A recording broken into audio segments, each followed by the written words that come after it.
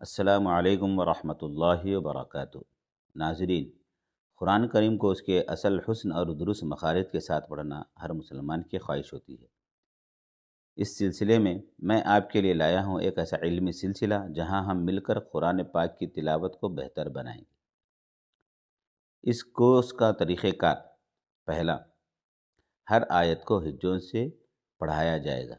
مثلاً ایاک نعبد و ایاک نستعین، یہ آیت ہے۔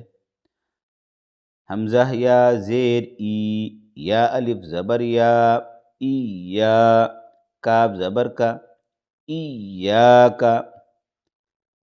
یا کے اوپر تشدید ہے تو یا میں سختی ہوگی۔ نون عین زبر نا، با پیش بو، نعبو، دال پیش دو، نعبدو، حرکت ہے، کہیں پر بھی نہیں کھینچیں گے، جلدی پڑھیں گے۔ واو زبر و، حمزہ یا زیر ای، و ای، یا الف زبر یا، و ای یا، تشدید ہو گئی یا کے اوپر، اس لیے سختی ہوگی۔ کاف زبر کا، و ای یا کا، نون سین زبر نس، سین میں سیٹی کی باریک سیٹی کی آواز آئے گی، نس، اس طریقے سے۔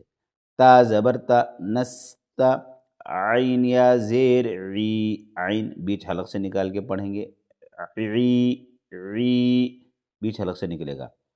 نون پیش نو، نستعین، آگے آیت، نون پر جزم، زبر زیر پیش، دو زیر دو پیش والے حرف پر جب بھی وقف کریں گے تو اس پر جزم لگائیں گے۔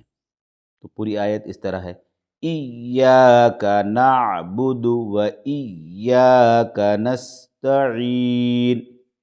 ناظرین، اس طریقے سے ہم قرآن شریف کو پڑھیں گے اور آگے بڑھتے جائیں گے۔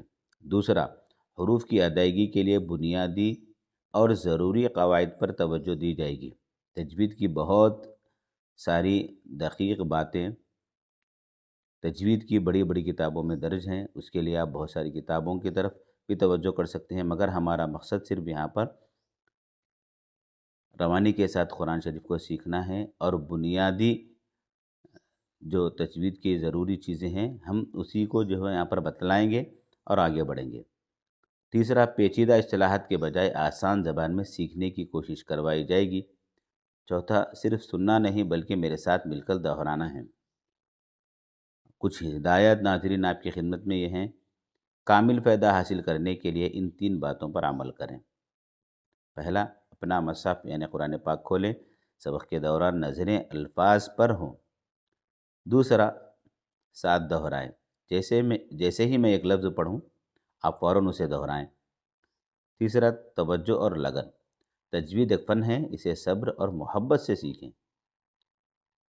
مختصر سا میرا تعارف ہے ناظرین کہ الحمدللہ میں حافظ محمد عبد المجید گزشتہ 25 سال سے قرآن کریم کی تعلیم و تعلم سے وابستہ ہوں۔ میرا مقصد صرف تلاوت سکھانا نہیں بلکہ اللہ کے کلام کو آپ کے دلوں کی روشنی بنانا ہے۔ ایک حافظ قرآن ہونے کے ناطے میں اپنی پوری کوشش کروں گا کہ آپ کو اسی طرح پڑھنا سکھاؤں جیسے اس کا حق ہے۔ اللہ تعالیٰ سے دعا ہے کہ اے اللہ، اس کوشش کو اپنی بارگاہ میں قبول فرما، ہمارے حلق سے نکلنے والے ہر حرف کو درست فرما، اور قرآن کریم کو ہماری زندگی کے لیے ہدایت اور آخرت میں نجات کا ذریعہ بنا۔ آمین یا رب العالمین۔